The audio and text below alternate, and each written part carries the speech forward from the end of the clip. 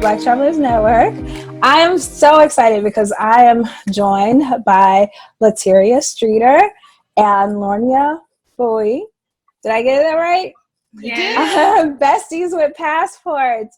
And so this is an exciting interview for me because one of the things that I know from talking to a number of people in our community is that there are a lot of you who actually have challenges in finding people who are consistent and who are willing to travel with you. And so I hope that today we can definitely get some insight and knowledge from these two ladies. So welcome. And thank you for joining us. So one of the questions for having us. No problem. One of the questions I wanted to ask you two is like, how did the two of you meet? Well, we met about 6 years ago through our sorority. We were planning an event. And as we started planning, Latiera was talking about planning a birthday party. And she asked me about a location, and we started working on that and realized that we were very connected and that we enjoyed the planning process. So it all started with planning her birthday. Yeah. Really? So what's sorority? Because I know a lot of people are going to be asking. Of course, none other than Alpha, Kappa, Alpha, Sorority. Oh! Ladies, why did I not know this? Oh my goodness. So yeah. So you were connected initially through your sorority. And had you ever worked before on any projects within your sorority together before you started traveling? Nope. No, that particular meeting was the first time we had ever even met each other. Right. Oh. So that's how it all began. How did the two of you start traveling together? How did you know that you were cool? Both of you were cool and ready to go traveling. Right. So our trip was taken 6 years ago. I was in graduate school, and I was trying to find a trip to go to right before school started. So we were looking for like a quick getaway trip, and we decided on Miami, and L'Ornya found a great deal on Expedia.com. I think flight and hotel. Yes. So she booked it, and that's when we decided to go. The only trip I have planned. Yes. First, everything else has been under her leadership. Oh, really? Okay. And so what was going on in Oh, go ahead. Oh, no, I was going to say that was, I'm originally from Florida, but both of us had been to Miami Beach. But, it was just, honestly, I think we chose it because it was a great deal. The weather was nice. And, just a quick getaway. So, nothing major going on. We just wanted to be. So when you say a great deal, so you just saw a good ticket and you said, let's go. It was only a few weeks. Yeah, I think a few before weeks. The trip. So it was, where can we go? That's not too far. That's inexpensive. And Miami was it. Yeah. And so also Miami allowed us, we also love to shop. So like the big malls down there, Sawgrass Mills Mall, the Dolphin Mall. So that was also a plus as well. Yeah. So it was just like you said, like, we're going to look and see what's affordable, and we're just going to go and enjoy ourselves. And that was that's how it started. That's the first time we had ever shared a hotel room, been out of town, anything like that. Yep. And we hadn't even known each other maybe 6 months. Yeah. Oh. That is too funny. And so, like, what did you learn, like, during that first trip? Like, what were some of the things that you learned about, like, your traveling style? Well, I learned that she is a planner, and I knew she was a planner from an event process, but a trip, she planned everything out. And we actually were looking at some messages from back then, because we still have the emails. And I said something to her like, oh, this is going to be great. It's going to be great traveling with you. Had no idea it would morph into this. But we realized we're very similar when it comes to planning, strategy, being organized, and neat, and we work well together. And so the domestic trip was like the first trip, right? And Yes. so, like, what was your first international trip? Because that takes a lot more planning, a whole lot more coordination. Where did we go first? Aruba? Aruba was first. I believe Yes, it was Aruba. Aruba. Aruba. And that was, some of that was a little spontaneous. It was for my birthday. Yes. So I didn't know I was going to Aruba until she did this little thing where I had to kind of guess and put the letters in order for my birthday trip. I remember. Yes. So that was the first international one. And that one was planned, but like what we did when we were there every second, like we do now. That one wasn't as planned. No. Yeah, it was more of we relaxed on all of our trips, but it just wasn't. We usually create an itinerary from like sun up to sundown. We know how far restaurants are from each other. We know how we're getting from places, like how the metro works, how the taxis work, how the tuk-tuks work. Like we usually plan it out to the T, but Aruba, it wasn't like that. Okay. So you said that, L'Ornya, you said that it was your birthday, and Latiera, you did something creative to plan this. So can you tell us, like, what did you do, like, that made this such a surprise for L'Ornya? Because we love to hear I know that. I wanted to go somewhere, Mm-hmm. but I didn't feel like I could plan it. And she was kind of like, okay, I got you. And I kind of... Right, I remember that. And I remember planning it like with her sister. And I know we chose it, but I can't remember how The game? Yeah, the game. It was something like Hangman, kind of. And she was on the phone, so I had to like pick letters. And my sister had this little board in front of me. And I was like, okay, A. And they kind of put it together. And then I screamed Aruba. I remember. Yes. Because I think they tried to give me some clues, but I clearly didn't get it. Because I couldn't guess what it was. Yeah. Clearly, I kind of forgot about that, but now that you're saying it, I do remember. I remember coordinating with her sister a lot on planning that trip, but I forgot to surprise you. I didn't know anything other than how much it was going to cost. So you just had complete trust. You said, look, just tell me how much it's going to cost, and I'm open to being surprised.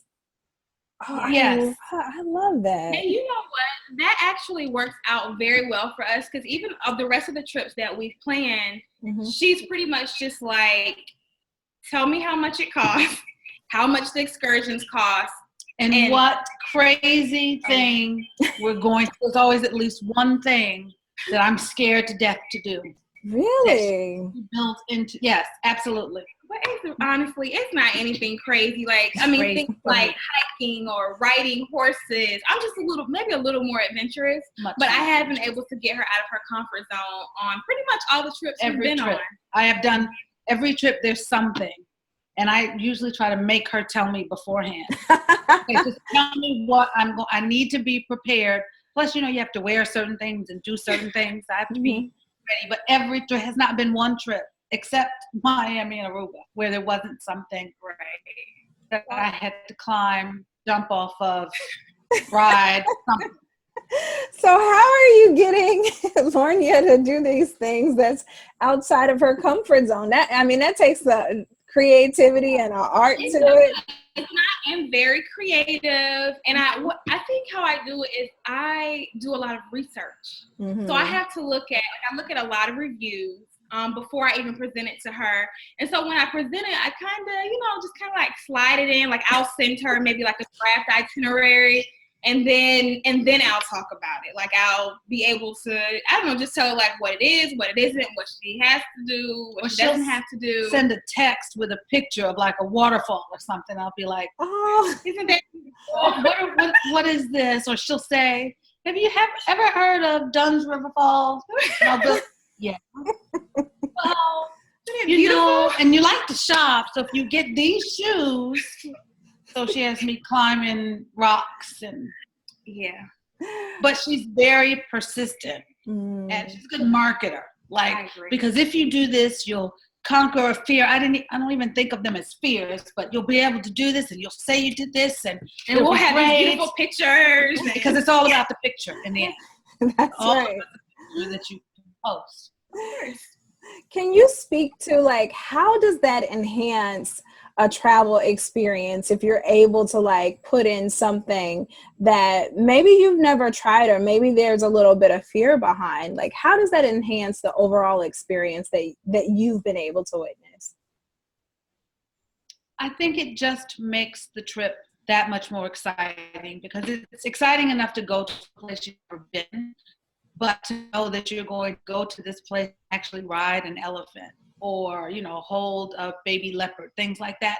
It just makes it that much more exciting, and it makes it unique. And to be able to come back and talk to people and share those experiences really makes it really special. Mm-hmm, mm-hmm. And so, like, what are some of the things that you do on the front end to like prepare and for some of your travels? And I'm talking about like whether it be like financially or just in terms of, getting certain things together at home so that you're not worried. What are some of those techniques that you use? Really, the question is probably what do we not do? Like I feel like in planning, like we're extremists, and we usually know. Like for the last maybe few years, we've gone on a trip during my birthday month, which is January. So we already know every year, like financially, once we set the location, we know about how much we need to save or have just kind of set aside. Like traveling is something that we do, like it's a part of our life now. So financially, I don't want to say we're always prepared, but we make ourselves prepared. But you do build it into an annual budget. Yeah. Like there's going to be a trip somewhere. And when I say we do a ton of research, like let me back. I will say what I usually do is like look on Facebook or Instagram and look at like hashtags, just looking at pictures. And of course, like, a lot of the major travel websites we use. But like on Facebook, I can look to see have any of my friends gone to that location. So I'll usually do that, reach out to them, ask them about their experiences, like any feedback, any recommendations. And then that's when I start using, what's it called that I use for reviews all the time? TripAdvisor. Yeah. That's like my review website. I will read a ton of reviews, and it's so bad I don't write as many reviews. You shouldn't write any. But I read a ton of reviews because I just feel like everyone's firsthand experience, like I feel like that's just the number one reason or a way for me to just figure out kind of what's going on. Once we figure out like the activities that we're going to do, we kind of figure out the activities, and then what kind of clothes are we going to need, the transportation, the currency, vaccinations. Oh gosh, immunization. Do you need a visa? How much is the visa? Do I need to call the consulate? Like we do everything. I'm preparing at home outside of like for my job, I have a clearance, a government clearance. So I have to let my job know every time I'm going out of the country. And as far as home, let my mom know. Yes, and that the family members becomes you going where? Right. Again? What are you thinking? Why are you going there? But it also involves a spreadsheet. Oh, yes. There's an Excel spreadsheet with a tab for places and venues and restaurants, and a tab for how much each thing is going to cost. Very, very, I think it's so extreme that some people probably would struggle to deal with how detailed it is, but we are rarely surprised. Right, rarely surprised. We know when it's going to rain, when it snows, we need boots, if we need bathing suits, how many wraps we need, shorts, pants, if we need to be covered up. Yeah. I mean, do we need sunglasses? to treat our clothes in advance? Oh, yeah. Spray our clothes because the mosquitoes are so bad. So doing the research and this whole planning process, like how long would you say it takes? Because it sounds like you have a great rhythm and pretty much like next year when you're going to be traveling and probably where. So like, can you share like how long does the planning process take? Well, I would say we usually have a general idea of where we're going next during the trip. Usually on a beach, we'll just kind of be sitting there thinking about life and how beautiful this beach is and who else has nice beaches. And it usually does flow very organically from that. And we get back, get settled, and then usually within a few weeks, she starts researching the potential for that, for that place, because she has realized there's but so many places you can go in January where the weather's warm. Right. Neither one of us are really very into, even though I do want to go to Iceland, not really into cold weather climate. But so there's, a limited number of places you can go that time of year to get some sun. But that's usually how it starts. Yeah, and that's our annual trip. We do take other trips, but those aren't as planned out. Like we can plan a trip like within 2 months, like maybe to the Caribbean. But our annual trip that we go on, I would say about 6 to 8 months, more like 8 months in advance. That's when we start looking at like the best times to buy flights. We start looking at hotels. And then once we solidify our flight and hotel, that's when we worry about the activities and all the other details, immunizations, visas, all of that stuff. So there's a flow to how you plan. So it sounds like, you save like some of the visas and, vaccinations till sort of like I would say probably closer to the end after you've established like where you're going and, the costs that are involved. Is that accurate?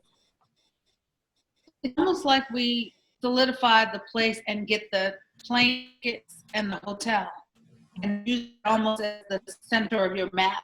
Right. To decide what's next. But once you've solidified that part, you're going because you've paid for it. Right. And so then you can start looking at the visas and all that. Because we try to do that early. There's certain vaccines you need to get at a certain time beforehand. And you don't want to be, we're not last minute people. We're not very spontaneous with it. So I need to know if I got to pay this money for this visa and how many weeks it's going to take for it to get to me, all that. And then after that part's settled, that's like the not as much fun part. Yeah. That's like excruciating in the end, like looking up flights and constantly back and forth. Then the fun starts because there's not really a lot of excitement then. Yeah. But once that's booked, we're both like, oh my God. We're really going. We're really going. And so then the other stuff starts. What are we going to do when we get there? Where are we going to eat? Where are we going to shop? All of that is part of the process. Yep. So I'm sure folks in our community are going to want to know, like, where are some of the places that you've gone? All right. Well, we said Aruba and our little trip to Miami. We went to Jamaica. Went to Hawaii. Mm-hmm. Went to Thailand. We went to, Paris, Amsterdam, Nairobi, Zanzibar. Yes, wow. that was my last one. Where else? I think that might be it. That's a lot in 6 That's years. That is a lot in 6 years. Yeah. Okay. Yeah, that's quite a bit. And out of that long list of places, like, what are some of your like places that you highly recommend travelers explore? I would say for the Caribbean, I absolutely loved Aruba. And I don't know if that was just, I love the island. The theme for the island is, I think, one happy island. Mm-hmm. We just had an amazing experience, but also just personally while I was there, kind of laying on the beach. And I don't know if it was just kind of where my mindset that was. I just felt some spiritual connection to the waters in Aruba. I don't know, but it was just amazing. Like the sunsets, even the trip around Aruba Island. Ooh, yes. was very nice. It has a really rich history. Yes. That Aruba's one of those places that I don't think I had ever even thought about going before we went. Right. But it was probably one of the calmer, the trip that allowed you to have some introspection and reflection. Right. Mm. As part of it was there weren't many adventures. That's true too. So, other than a tour around the island, everything else was pretty much beach. Where did we go where we were just laying on the beach? Grand Cayman. Grand Cayman. So we've been to Grand Cayman as well. And we didn't do anything on that trip. We needed a break. It was last minute. I think we found it on like Groupon and Living Social. We laid on the beach for days. 4 days. Even in the rain, covered up until it stopped raining. And then when it stopped raining, just took it off and just continued to lay on the beach. And that's unlike us. Everywhere we was walking distance from, and the hotel was right on the beach. Yeah. Yes, our biggest adventure there was walking through the cemetery to get to the beach. We didn't have any choice. It was the only way you could get. That was as adventurous as we got. But we got some great pictures. Yeah. We got some great pictures. That was an amazing, it was called Cemetery Beach. It was an amazing beach. Right. International, I absolutely loved Zanzibar.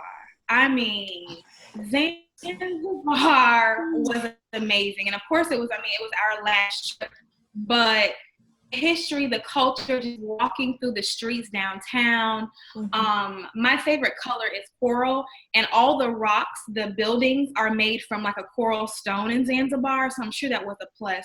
But just our interactions with the people, we got to see the busy downtown area for I think 2 days, and then we spent our remaining 3 days, what part of the island was that? Like in a more rural area? Nungwe Beach. We were able to just like drive through and see the villages and the people, just like trying to make a living, like their day-to-day living, like kids going to school. It was amazing. I usually don't, there aren't too many places where I'm like, I would go back there soon, but Zanzibar is one of those places because there's so many other places to see. That's why I usually don't say I want to go back to Zanzibar like now or next year or 2 years.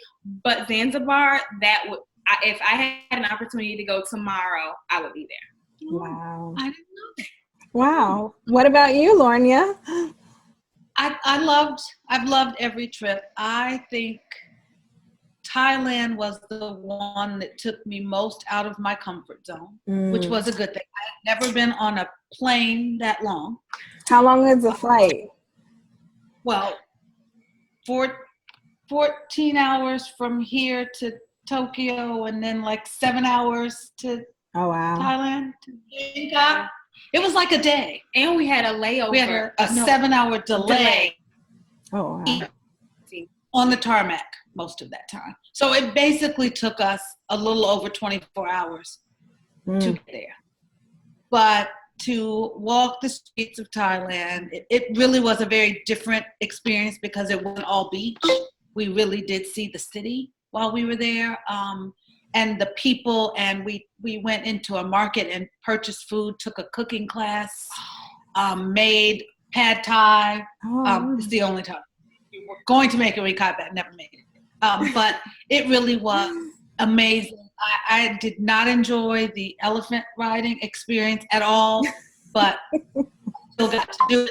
But the baby leopards was the best. I would go hold a baby leopard again today if I could, unlike some people. Really? Okay. That was so much fun. That was one. I think that would be my favorite so far. Okay. But they all special, they do. Piece of my travel heart. There's something unique about each one, and I think as much as we both like to shop in general, sometimes we'll joke about what the experiences mean over a cute pair of shoes. Now, don't get me wrong, I love a cute shoe, but yes, these are memories like I'll have forever, and pictures that I'll have forever, and you just cherish that because you'll never get it back again. Even if you go to Zanzibar again, you'll never have the same experience. So that's right. And so there are a lot of people who may be struggling with, just finding a travel buddy. Have you found any sort of method that you would recommend? Because it seems like for you two, it just happened organically. And I think that's typically the best way. But for some people who may not be as socially active or involved in a lot of things outside of their workspaces, do you have any recommendations for folks who might be looking for a travel buddy? You know, maybe with social media now, it's so easy to find a group that's going here and to kind of tag along, because most of the time they don't know each other either. I would think that would be the best way. But if it's a friend, I think, and I love Latiera dearly, but you learn a lot about relationships when you spend this much time in a hotel room, and this close. I mean, you're together. This last one, it was 2 weeks, 12 days, 14 days. She still loves me. Yes, we didn't fight at all. We don't ever, No, we don't fight internationally. Yeah, we're all we got. But I think the key is that first trip being short and not too far, because we learned from Miami that we could do this. I can't imagine if this didn't click, being out of the country for a long period of time with somebody who after day one, I'm like, and we have mastered the art of being together, but being apart. We can sit on a beach for hours and not say a word to each other. And nobody's thinking, are you okay? Is something wrong? So it works really well. But I would think joining one of those groups, because we've actually talked about, should we just tag along with some other people one time just to see? I've never done a big group. You've done some. Yeah, I'm actually going on a trip to Cabo in a few weeks Not with her, but she's about to go to Paris with her family. Oh. But I'm going to Cabo with 400 people. Oh my God. One of the groups from my undergrad college, they put together trips every year. So I've gone to Jamaica with about 200 people. This trip is Cabo with 400 people. So I have experience, traveling with other people, and I'll say it's nothing like traveling with her, because with her, it's almost like we think alike. We're very similar kind of when we travel, even when we don't travel. So it just it just works organically. But I would say, yeah, there's so many groups now, especially African-American groups, even non-African-American groups as well, that are just putting together groups. It's almost like it's like the thing to do. Like if you're not traveling, or if you're not even thinking about, exploring somewhere outside of your hometown or where you currently live, where you grew up, it's almost like, why would you do that? Like, why would you not think about, going outside of, your comfort zone? So, and if you're not a planner, those trips are great, because all you have to do is pay your money. Like somebody else plans the trip. I think I'm a little too controlling for some of that. So, I don't know how much I would love like everything being planned out, but there has to be an advantage to just paying your money. And then somebody else has done all of the research for you. Absolutely. I'm so glad you said that, because that's really one of the things that we do. I mean, we provide trips that focus on the Black experience in different parts of the world. And, essentially that's what our folks do. They pay their money, they come on an experience, and we always incorporate our history and our culture as Black people in different parts of the world into the itinerary. And I really oftentimes look at those experiences as great opportunities for people to connect with other brothers and sisters here in the United States, and also make some connections to people in some of the destinations, so that if they love it like you love Zanzibar, that they can easily return and have people who are on the ground that they've met before and that they feel very comfortable with. And also like exploring some of the areas that we probably won't go to, like we probably won't go to Thailand.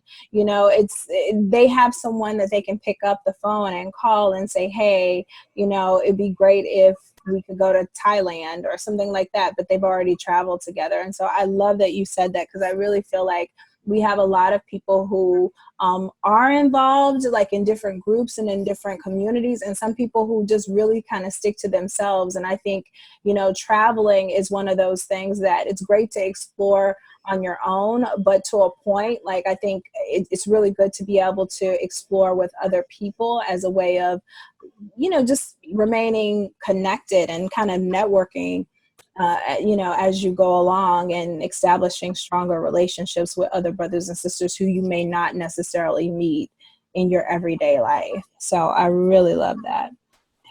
So in your lives, like, how has travel benefited you? Like, it seems like, you've obviously gone a lot of places. I love that you can just like sit and chill on the beach and just be fine with that, you know, and just kind of soak up that experience. Like, what has it done to kind of like enhance you, whether it's personally or professionally? How does it add to your life?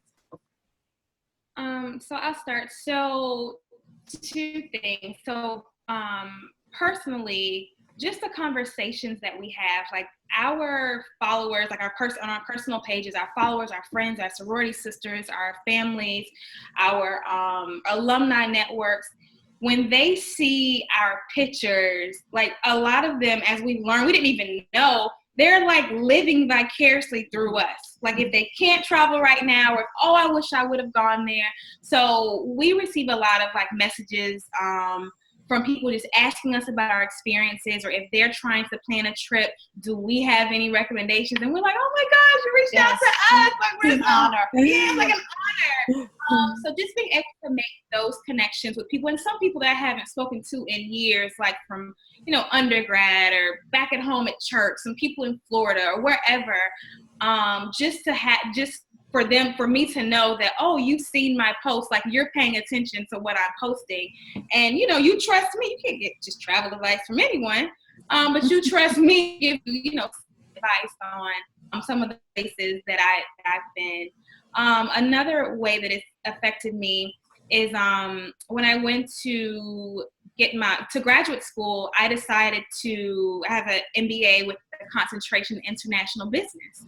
So because I like to travel, I was an internal auditor, and I traveled 80% around the United States. I think that's what kind of like initiated my love for travel. So first it was domestically, but I wanted more. So anyways, I majored in international business. I had a chance to go to South Africa and Shanghai during those programs. Yeah. It's just been amazing. So my trips just have allowed me to expand my network and just discuss more travel opportunities, just like this one, just, you know, learning about BTN, and just I mean, it's been amazing. It's been amazing. Yes, I would say I didn't have the travel bug. I didn't dislike traveling, but it wasn't something that I ever thought about doing. If you had told me 10 years ago that I would have gone to 4 countries or whatever in 12 days, and we were on planes, trains, boats, everything, I never would have thought that this would be my life. But I say it's probably the only time that I truly decompress, because I can turn off a phone or put it on silent for long periods of time and really step away from my reality. Mm-hmm. So I think it benefits me professionally, because I really can take 5 to like 10, 12 days and really have no idea what's going on at work or what's going on in the sorority or in any other part of life, and really get to know myself a little bit more. And just really, I think it is a sense of peace that is like no other. And I can go home to Atlanta and be with the family, or, you know, maybe go to Ocean City or wherever locally. It's not the same as being on a beach in another country and thinking about the blessing that it is to be able to do that. And we make it a point to do some kind of tour of the city outside of the tourist area that we're in, and to see real people living. It's almost always an experience where there's a blessing in the fact that we have the ability financially, time-wise, et cetera, to travel to a place. And, you know, people are living in these areas, in really often very impoverished areas that we visit. And then we go back to a resort or a hotel and a beach. It makes you appreciate life differently than even here. You know, there's poverty around us, but it just feels so different when you travel. So my love of life and the way I value my life is different now because of. Yeah, I mean, I couldn't agree with you ladies more. I mean, it's just such a fulfilling experience. And, you know, I know we're coming to a close on this, but I want to, you know, I just want to say thank you for taking the time to like come on and share your experience with us. And also, you know, if there are any closing thoughts that you have. I mean, like, I feel like just even talking to you, I've gotten so much out of this conversation. And I know that, you know, hopefully that there are people who are listening who may be even still trying to decide whether or not they should get their passport. Like, we have people who still haven't gotten their passport. And so I'm just really thankful that you came. And I want to, give the floor over to you if you have any closing thoughts. I have one thought, and this is something that L'Ornya and I discussed, I think we're just kind of like randomly talking when we were in Zanzibar on Nungwe Beach at the resort, and we were just talking about how traveling is such an investment, like, in ourselves. Like, people, you can invest in yourself, education and other things in life, but it's worth the investment. Get your passport. It will definitely just open your eyes, your mind. And like she said, it's definitely a blessing. Like, every trip we've gone on, we've been able to see the blessing that being able to travel and have those experiences, how it's affected our lives. And I would say you really do only get one chance at life. So get the passport, go on a trip, start small. If you don't want to, go too far, go to Jamaica, go somewhere, leave the United States, have a wonderful experience, and just live. It's a very different world out there. And to be able to experience it, it doesn't matter how many trips we look at and people's pictures, there's nothing like being there. And then when you get back and you're looking on Instagram and you see all these pictures and you're like, I was there, I saw that, I stood in that same spot. Why didn't I pose that way? I mean, it really just, there is nothing in the world like it. Just go. Just at least one time, go. And if you really don't like it, then don't go again. But I think it's addictive. You go someplace and it's like, well, what do we do now? You have to go somewhere else. Yeah. Indeed, indeed. So where can we follow you, ladies, on social media? Yes, so our page is Besties with Passports. And my personal page is at LDS, which is ELLEDS. My personal page isn't that exciting, but our Besties page is the best place to see pictures of the trips. But follow us and see where we've been. Ask us questions. We're happy to share any and everything. Nothing is really a secret. And our goal is to enjoy ourselves, but also to make this easier for other people who want to do this in the future. We're happy to help anybody. Yeah. Indeed, indeed. So thank you. We're going to include below your screen, we're going to include where people can follow you. And again, many thanks to you. And we definitely intend to stay connected to you. And, just if there's anything you want to come on and share or talk about or clue our community in on, just please let us know. And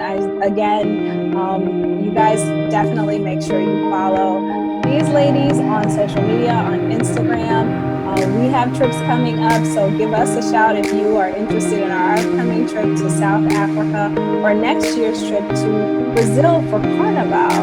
You can always email us at blacktravellersnetwork@gmail.com. And so we will chat with you guys soon. Thank you. Bye-bye.